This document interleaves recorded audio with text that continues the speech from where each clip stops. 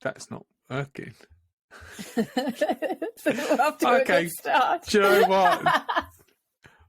Forget it. Do you know what? It's supposed to be playing. That's saying it's playing. It's not playing at my end. No.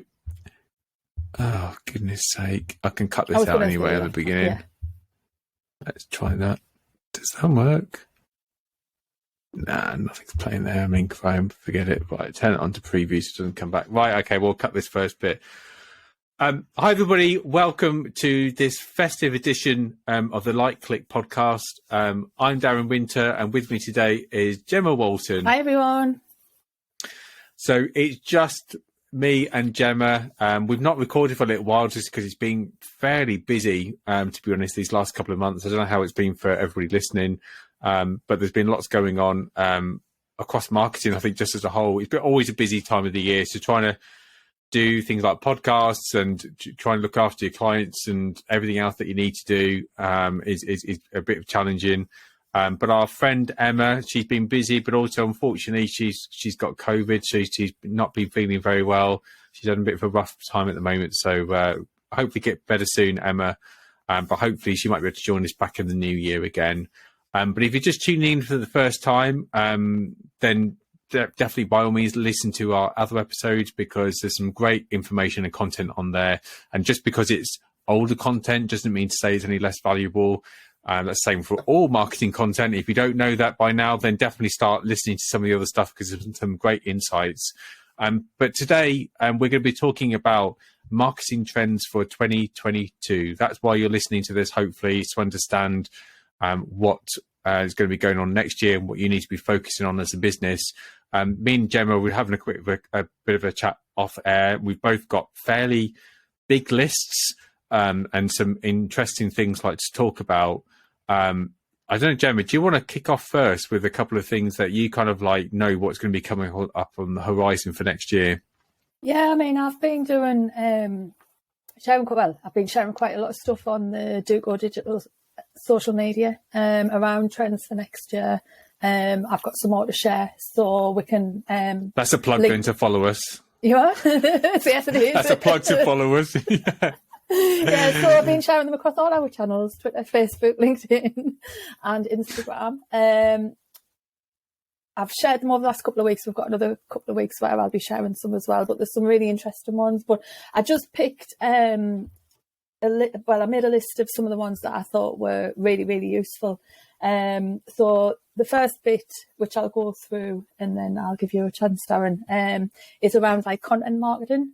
So the first one was around instantaneous and rapid demand.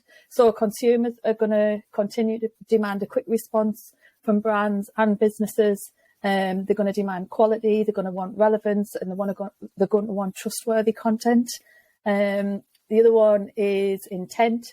So understanding what people are searching for is now more important than ever, which aligns with what Google is saying around aligning your content more with their search results and their search engine results pages, which is going to be key, I think, for people going forward. Directional data, so data-driven content. So you're going to be wanting to base your content again, which ties in with the search and the SERPs around what people are searching for, knowing your audience more, so it closely aligns with your buyer personas, things like that. I think the type of content as well is going to be a lot more. You're going to see a real increase in like voice search and voice related content, video, visual. I've got on my list, real time reality.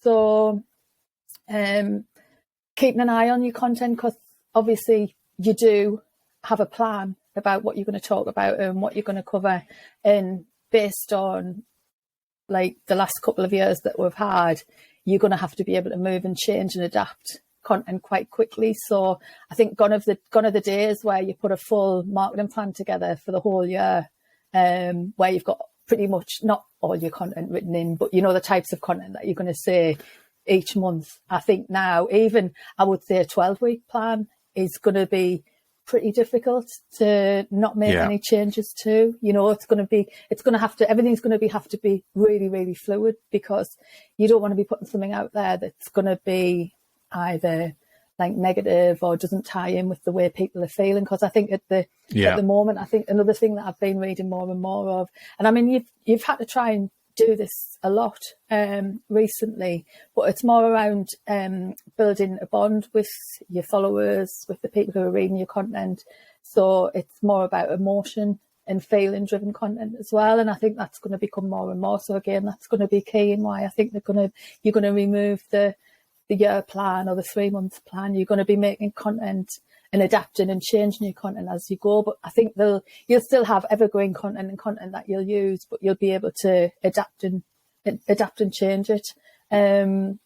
Autonomous action, so the rise in more dynamic content, again, content that's relevant to your audience, to your buyer persona. So if you do an email, the email might have dynamic content, the web page might have dynamic content on there as well.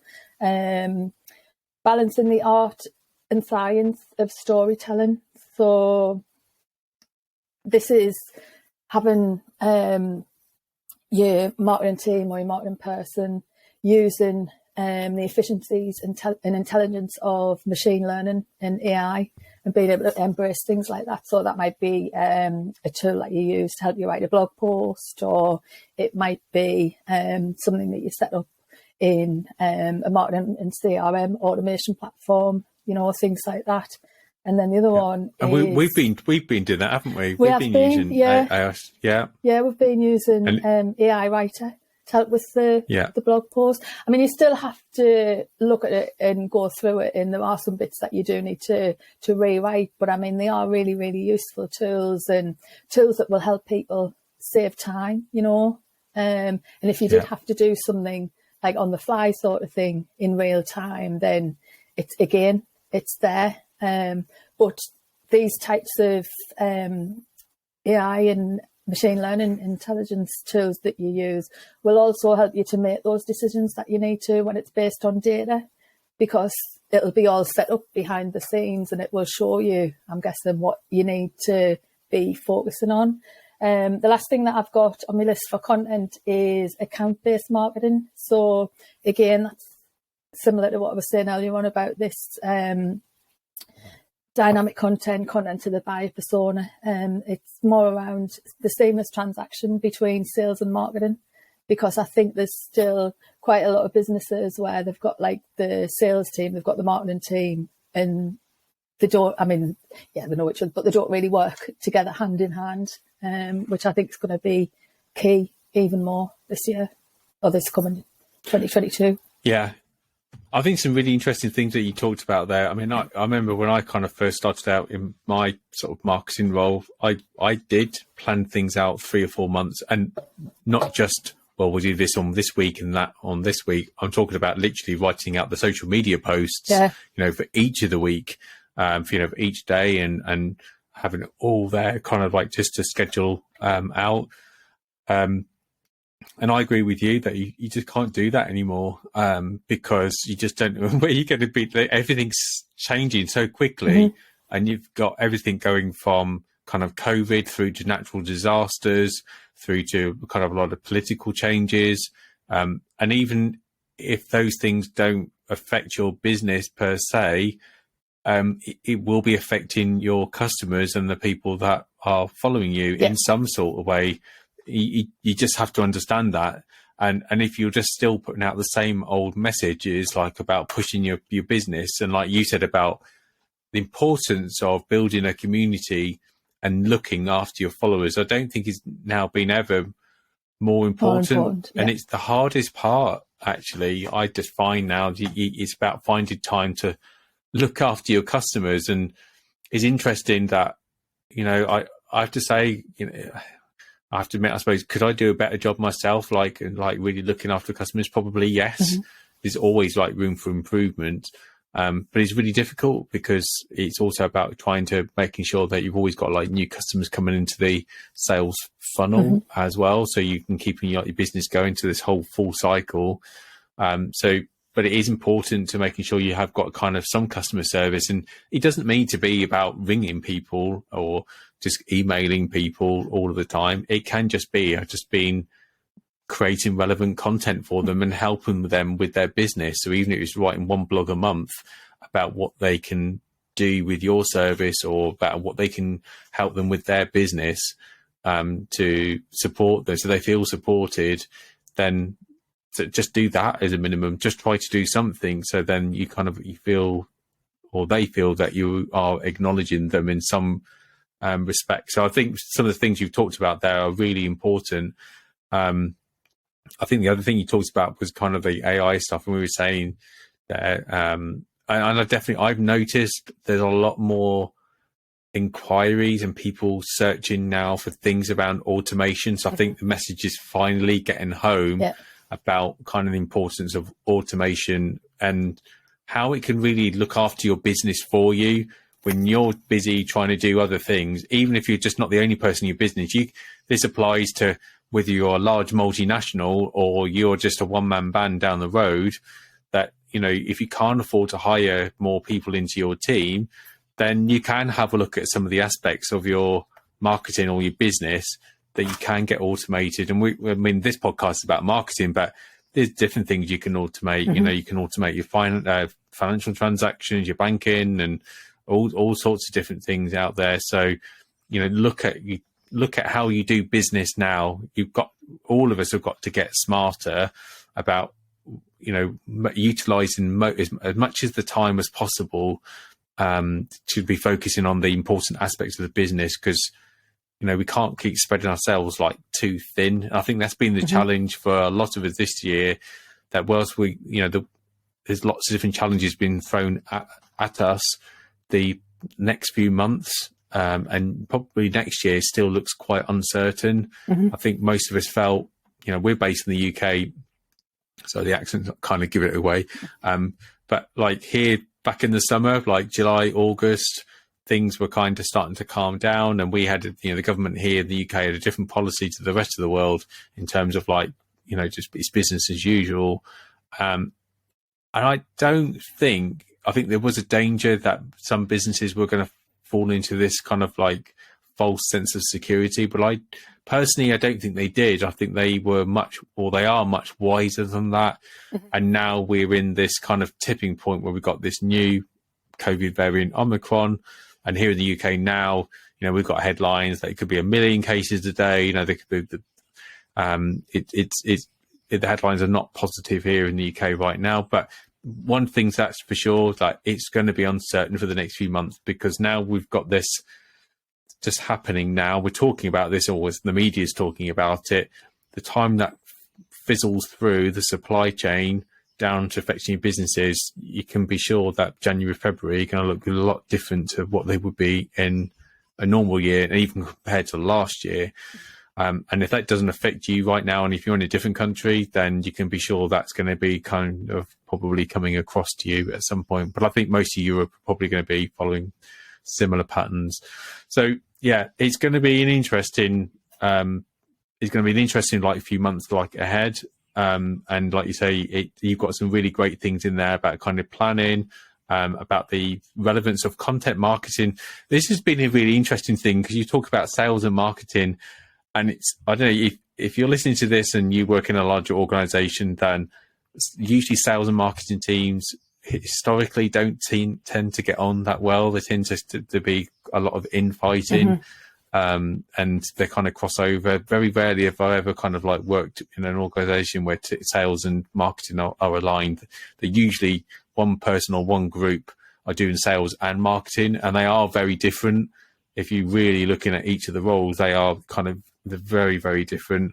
But it is important, like you were saying, Gemma, to kind of making sure that the messages in terms of what you've got going out there, they are different messages in terms of how you look after the brand of the business, looking after its reputation. That's all marketing. That isn't really sales. Sales is about, click this and buy this, and, what happens through the sales process and lifetime value of the customer and all that type of thing. And that's very, very different. and how you communicate that is very different. But in terms of the marketing, that's where the kind of all your community building and building your follower base up and sharing their content. And I mean, have you got any tips that if people listening to this and think, well, how do you do that? How do you build communities? Have you got any kind of advice about what people kind of should be doing on that? Funnily enough, I've just done a blog post on it. It's an hour away. Have you? Do you know, that really sounds like we planned that. Honestly, we haven't. I promise you. I'm thinking, I'm going to put Jem on the spot here. Asking her, she thinking, I've not even planned this. That sounds a loaded question. So I do, yeah. Yeah. Right, so, okay, right. I've just done I'm going to have to get it up. One sec. Because... But we'll put this in the link below as well. So while Jem is like... We'll put it in the link below. Yeah. But yeah, I did do a blog post the other week that was around building a community online. And I think some of the stuff, obviously, that we've talked about is like part of these things. I think it's quite difficult to get a community going online. And again, it depends on the type of community you want to build. Do you want to have a community that sits behind like a screen that people log into? Are you just going to talk about having a Facebook group, or is it a public Facebook group? Is it a private Facebook group? Is it a LinkedIn, or is it just the community that you have of people like liking and sharing your content, commenting underneath? I think if you're a bigger organisation, one of the key things is to get everybody involved, to get everybody on board, and that starts right at the top. That's the way the message is relayed throughout the teams. If you're a smaller business, I think it's time, and if you are one person, it's making the best use of your time. So probably in 2022, I think the thing that I've noticed about this year, the big thing, and even probably the year before, the big thing about like COVID for everybody during the world was like TikTok totally exploding, and that was what people want to see. And people, I think we talked about it on another podcast where it's almost gone like a full circle back to I think it's always been people buy off people. But I think it's now more prevalent than ever in the fact that people want to see, well, who is Darren? What does Darren look like? Who is Gemma? What does Gemma look like? What do they talk about? What are they interested in? Like almost like what kind of content do they share on their own social media pages? What kind of values do they have?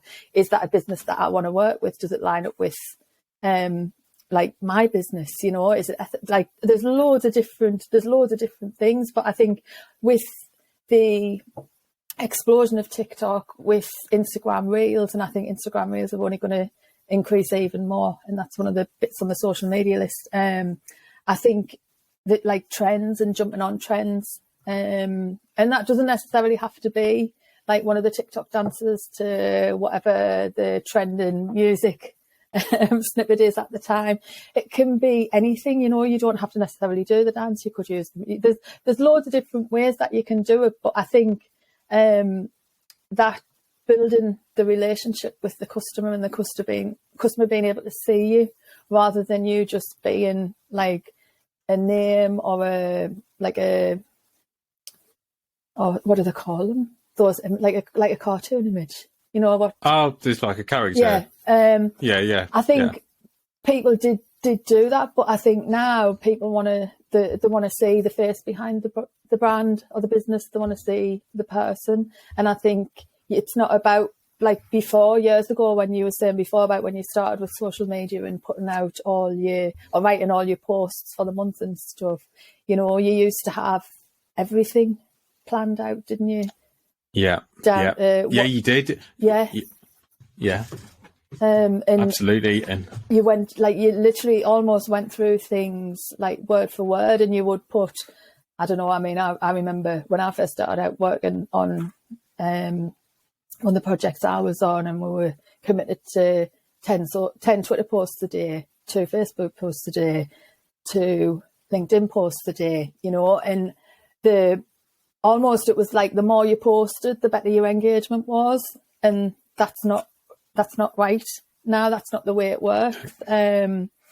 Now, the more engagement you get on the posts, the more times people see them, which I think is key to mention for what we were talking about just before we started. I remember we were saying about Instagram, and Instagram are going back to the chronological order feed of posts, which I think ties in with the surgence of the like the shopping, the e-commerce element of things that they're pushing. I think that's going to be huge for them going forward. It has now evolved into I mean, we're not going to talk at great length about Instagram, but I think I definitely agree that it's turned more into an e-commerce social media platform. And it's still the same channel as it was, but actually having looked at, I don't know, having used the channel just a few times. I used to be a regular user, but I'm not really anymore. I don't really have the time to keep going through it. I'm much more Twitter based, but there's so many ads now on that feed. But I used to like the fact that you could see stuff in chronological order and not just be governed by an algorithm telling you what it thinks you should read, which is generally sometimes not always the most interesting posts. Very quickly, I use on Twitter. I don't use the Twitter app, so I've got my Mac laptop, and I've got this app called Tweetbot.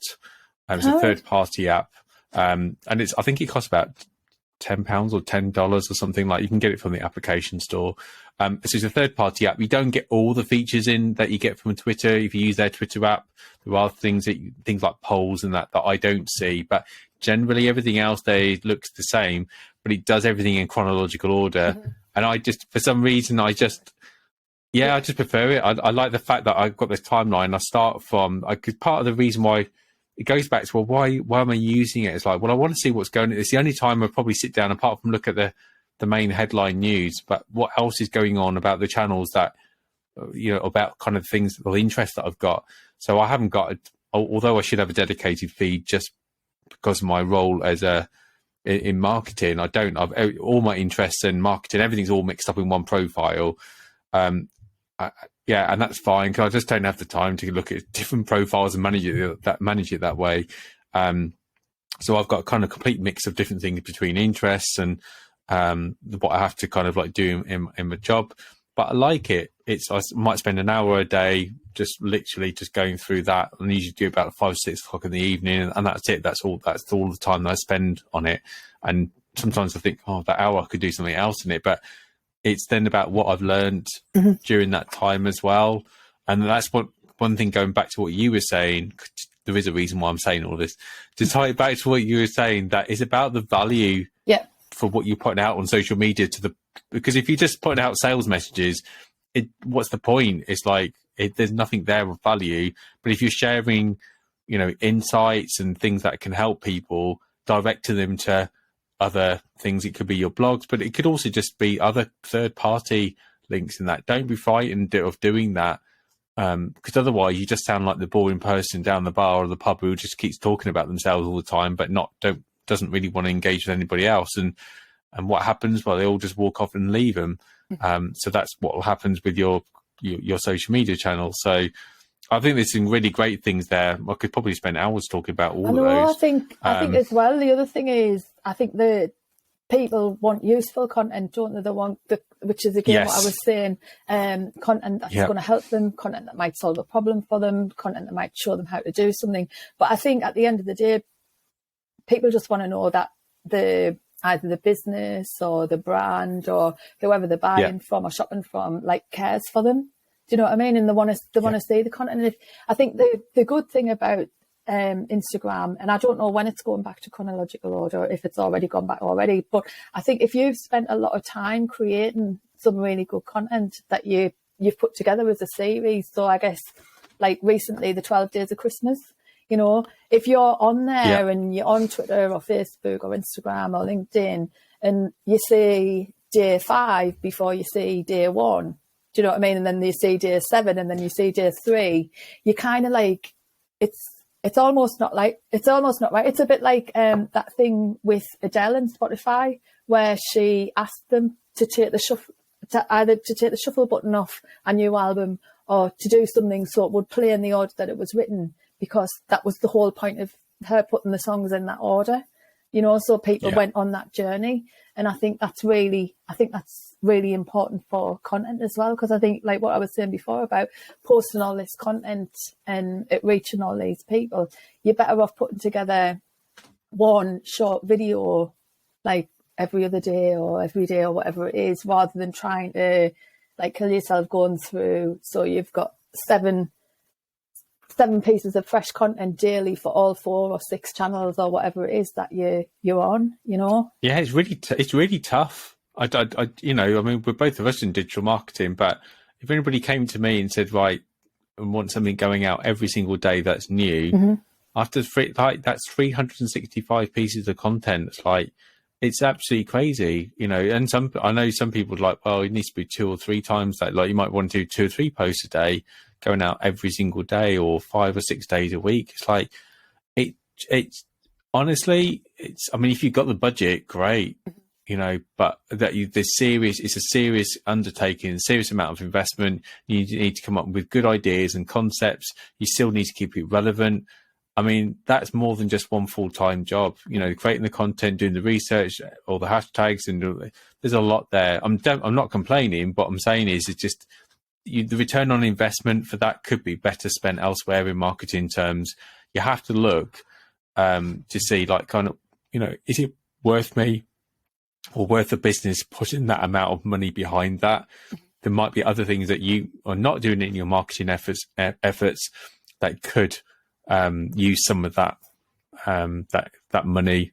There's a couple of things that excuse me, that I wanted to talk about just before we finish up. Excuse me. A couple of things are kind of like Metaverse and VR. So Metaverse and VR, pretty huge. I mean, you probably heard a lot from Mark Zuckerberg and Facebook. They've changed their name to Metaverse. I think that was the last podcast actually we were talking about that actually, and what the name was going to be. But now we know. But you can be sure that next year you're going to see a lot more about the Metaverse. Apple is rumored to bring out their VR headset next year. So it's about, you know, we're all used to Zoom, and we're all being used to maybe kind of the what they call it now, the Meta Quest, in terms of the Facebook like Oculus Rift and things like that. But it's about making the Zoom more of a kind of reality. So go into these kind of like virtual worlds where then, you know, we might do business, and we might be doing having kind of like more closer one-to-one conversations with our friends and colleagues and potential customers. So you're going to see a lot more about that. I'd be surprised if you don't, by the end of next year, starting to see a few attempts about how that could actually work, or at least some mock-ups, if not the real thing kind of coming through. So I think that's really exciting. The end of cookies next year, that's definitely going to be happening. We've already kind of seen a lot of changes this year about Apple, where you can now kind of like hide your email address. It's not quite strictly a VPN, but it's definitely kind of the shift is more towards privacy for consumers and less about openness in terms of like transfer of data and holding on to large amounts of data. That's already having an impact in marketing. So if you're starting to see declines in your engagement rates in email campaigns and landing pages and traffic and all these sorts of things, then no doubt that's going to be the result of that, absolutely for sure. Certainly if your customer base is highly, certainly more Apple users, but it's going to spread, and cookies kind of finishing. There is going to be some sort of replacement. Again, it's too big to talk about right here in this podcast, but it's going to be changed. There's a lot of software companies out there. I'm not going to name them, but kind of they're struggling to see how their software that they're charging a lot of money per month. If you can't do anything different than traditional marketing, then why am I paying? So I think that's going to affect how we're going to be doing marketing in the long run. But I think we're all going to find out how that's going to affect us and what we're going to do. You mentioned live video, which is a great one.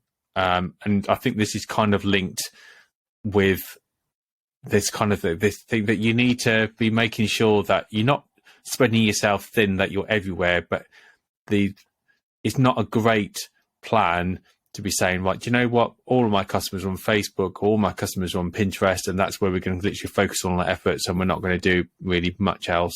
Those days have kind of gone, and you have to understand, and we do know this, but most of our customers are on probably more than one social media channel, or they use digital marketing in different ways. So they might be using emails, they'll be using website, they're going to be using at least 2 or 3 different social media channels, as well as then video channels like YouTube or Vimeo, and then maybe something else like, you know, consuming entertainment through like Netflix, or so they're all in different places.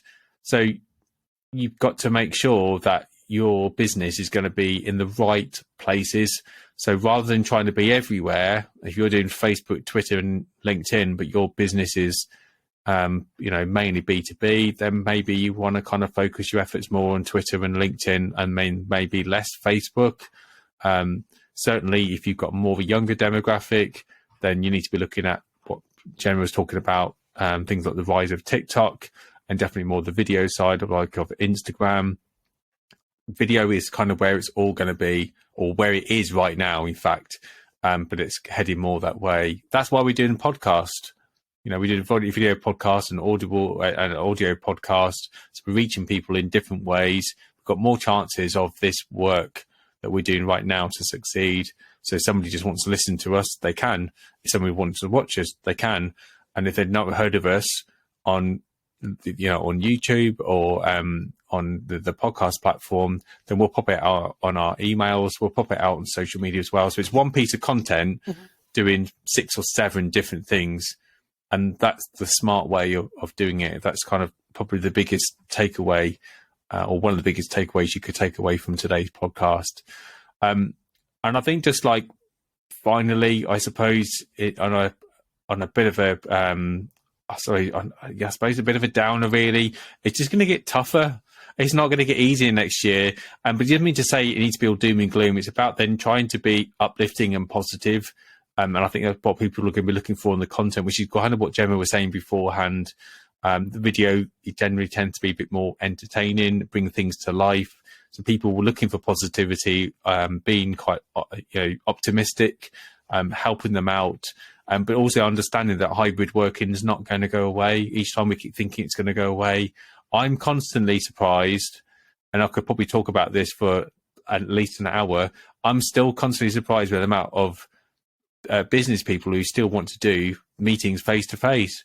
It really staggers me that now in this day and age that people still want to do like face to face stuff, or there's just this urgency and priority they have to do face to face. But you know, over the last, I think 12 to 18 months, we've been doing a lot of work overseas, and some of these people will probably never meet overseas, but I don't feel it's really hampered the quality of the conversation. We just embraced it and worked with it and communicated in different ways, and it enables you and your business to be much more agile, to spend the time on doing things that you can be doing, get more done in the day, but still have quality time, make that each of that time count. If you think about it, if you face to face, the time you have to go out and maybe drive or meet somewhere and you do the chit chat, and that may be half a day. And if it's worth that to your business and to your time, if that's your job, then may well be. But I don't know. I don't think that's the smart way to be thinking anymore. I think you gotta think what's best for you as your business, and also think what's right for your customer.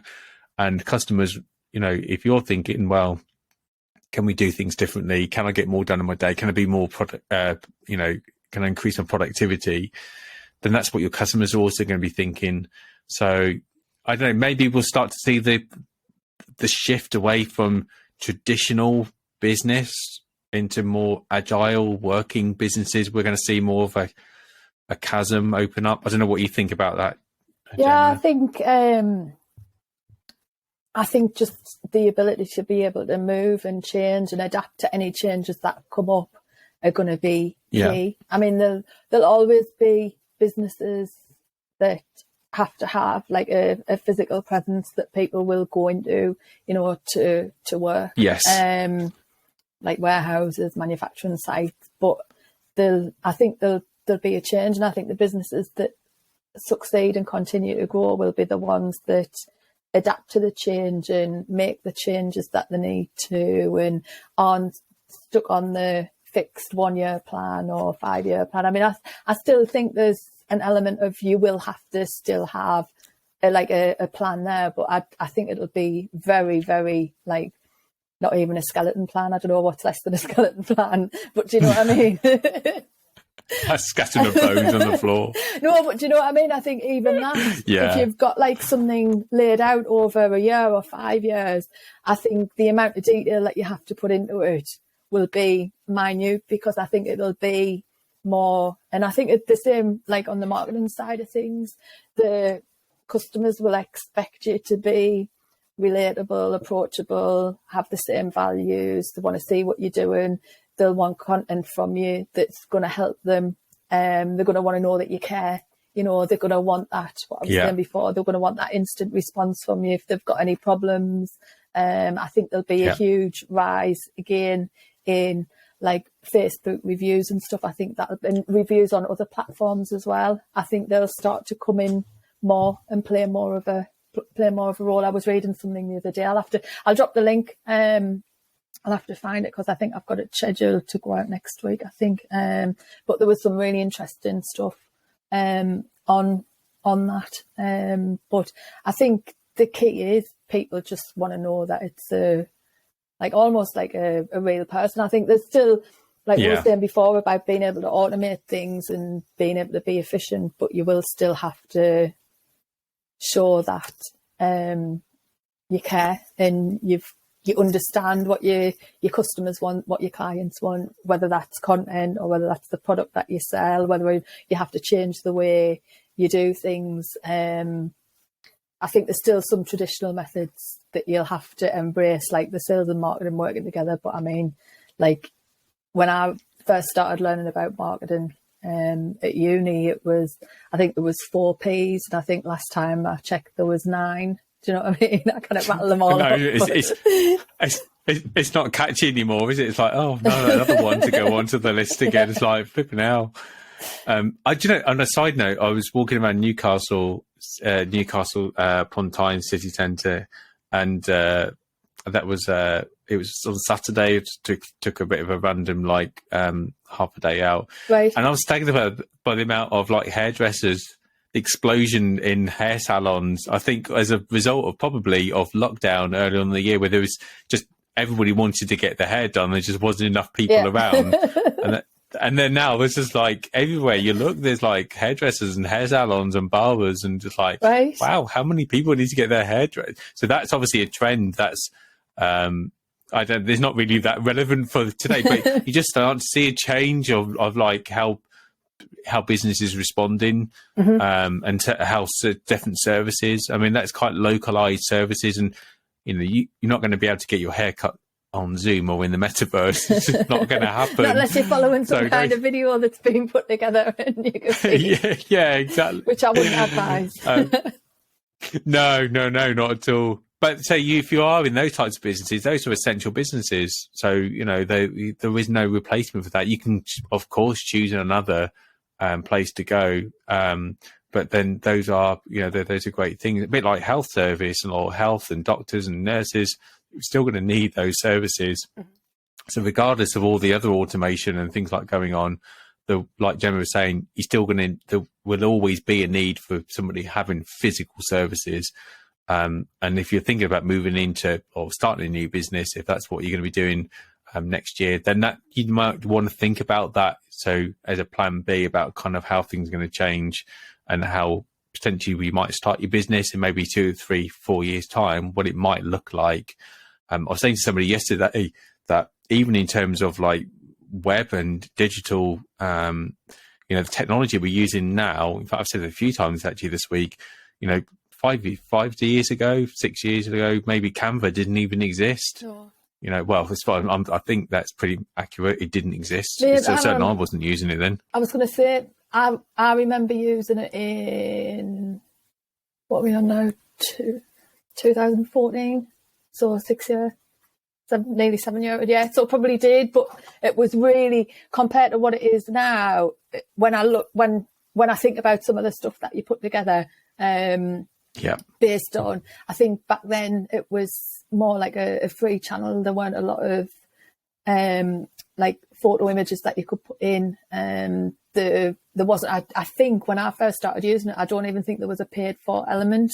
I think that came out later, and there certainly wasn't the range of templates and images that were the right size for social media. It was the square that was for social media, and then there was like odd things for headers, but they didn't have the lines on that would block out to show you where you needed to stay inside, so it's still displayed properly on like multiple devices and stuff. But I think it was just so much you can do now.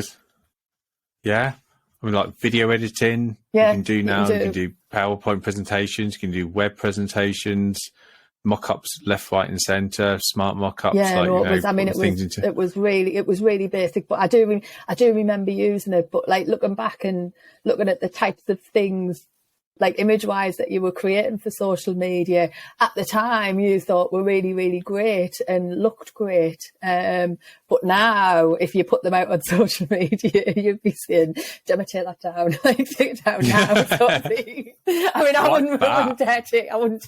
wouldn't dare put anything like that out. But I think back then, I think it was more about, because some of the stuff you were doing, you know, like when celebrities get blasted for using like Facetune or for editing like their body shapes and stuff, and then they get caught out because it's a really bad like image that they end up left. But I think that was more what you were trying to get away from, because the image that you could create on Canva, when you dropped in the elements that you wanted to, or you added the text, it looked like it being done as one image rather than on some ways that you were doing it. Like I remember some people showing us how to, on a Word document, to drop some images in, put some text over the top, then you saved it as a PDF, then you saved it as a JPEG, then you cut out the white bit on the outside, you know what I mean? But then when you shared it on social media, you could see the different elements, because when it had been PDF, you could see like the line. And sometimes it looked all right, but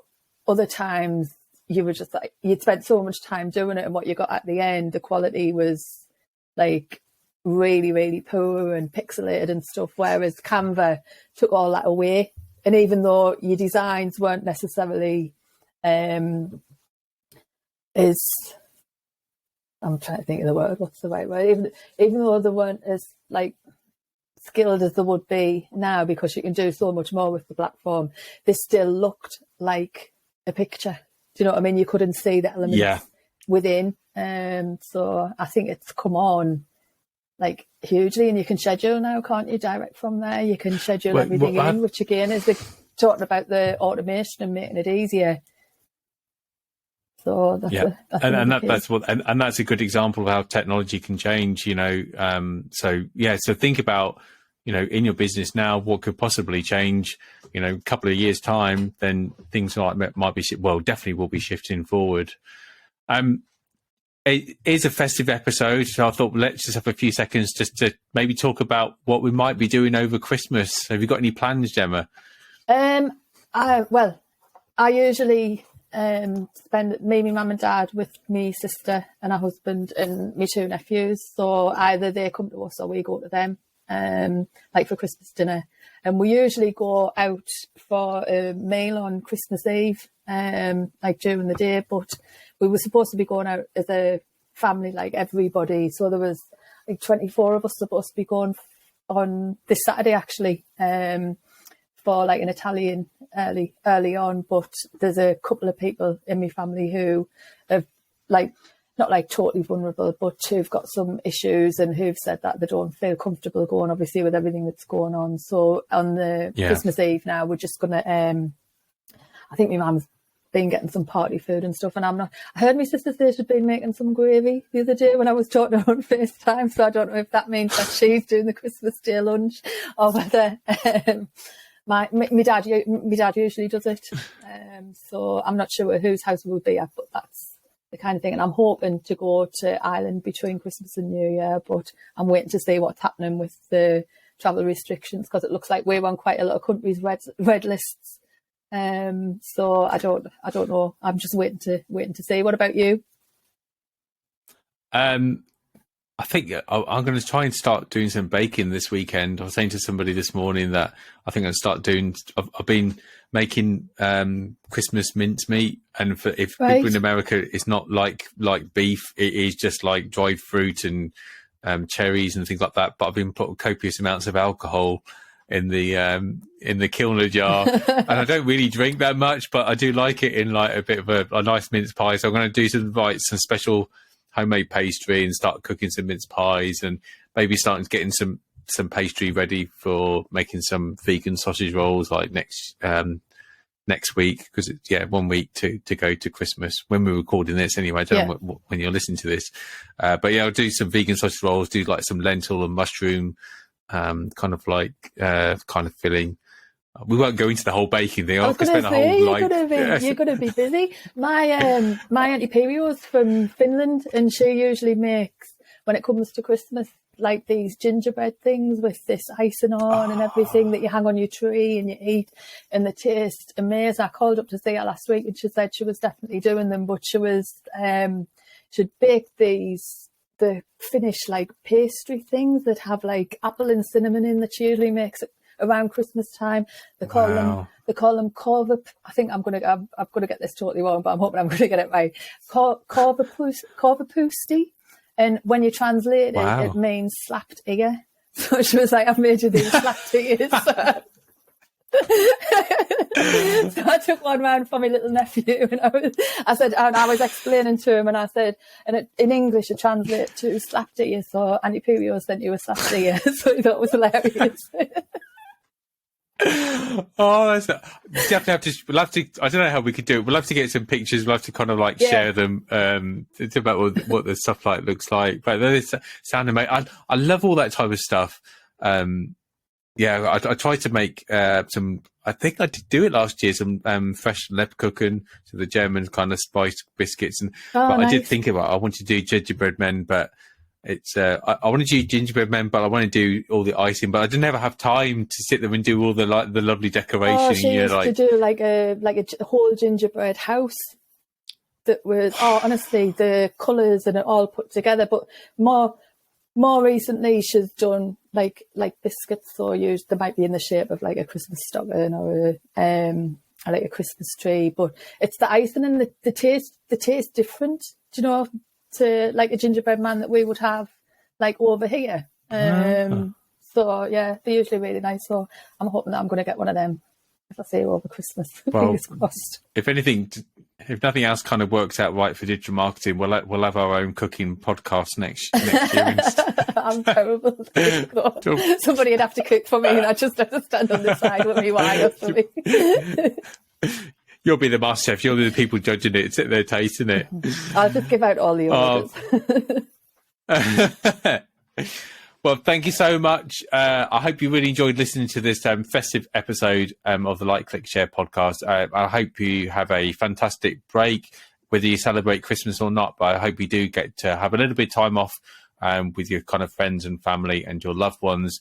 And we'll be back for the new year. I think we're going to try and record one episode before Christmas. So we might be another one going out over the Christmas period or just into January. So listen out for that. But otherwise, thank you so much for listening to us. And take care and keep safe, and listen to you or speak to you in 2022. Bye.